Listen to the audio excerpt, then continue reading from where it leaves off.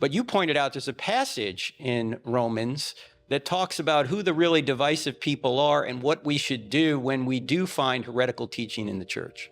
Right. So in that passage, what Paul is actually doing is putting the blame of the division on the people that are bringing in the destructive heresies. It's not the people who are calling it out. It's the people who are bringing it in.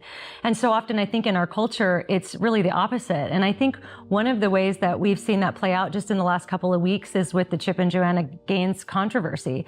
And, you know, I did a podcast on this because if people have really been watching, ever since they were first tested in 2016, there was some articles that came out and said basically they're not having same-sex couples on their Fixer Upper show, and they got a lot of heat back then, and they kind of made this post that was like, oh, you know, we just want to unify everybody and we're not gonna back down. But they didn't really ever say what they believed about that issue. And fast forward to now, obviously they have this new show, everybody's talking about it, where they have the same-sex couple feature on the show. So they're really kind of promoting that life. And of course, on top of that, the same-sex couple has children that are acquired through IVF and a surrogate.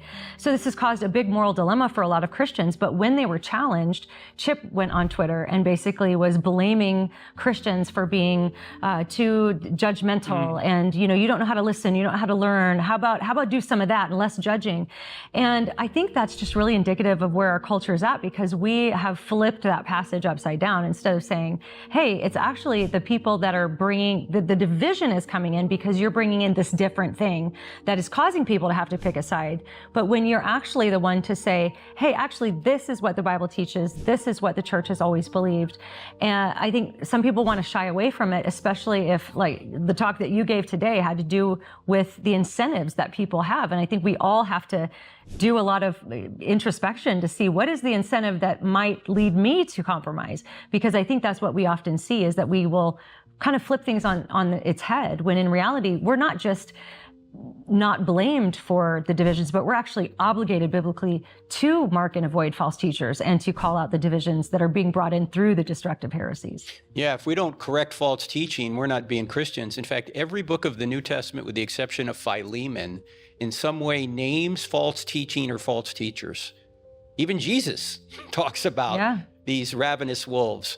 So we have to call out false teaching. We're not to be unified in error. We're to be unified around the truth. And if somebody brings error into the church, we're supposed to try and correct it. Otherwise, as Paul says, a little leaven leavens the whole loaf, and the entire church can go the wrong direction.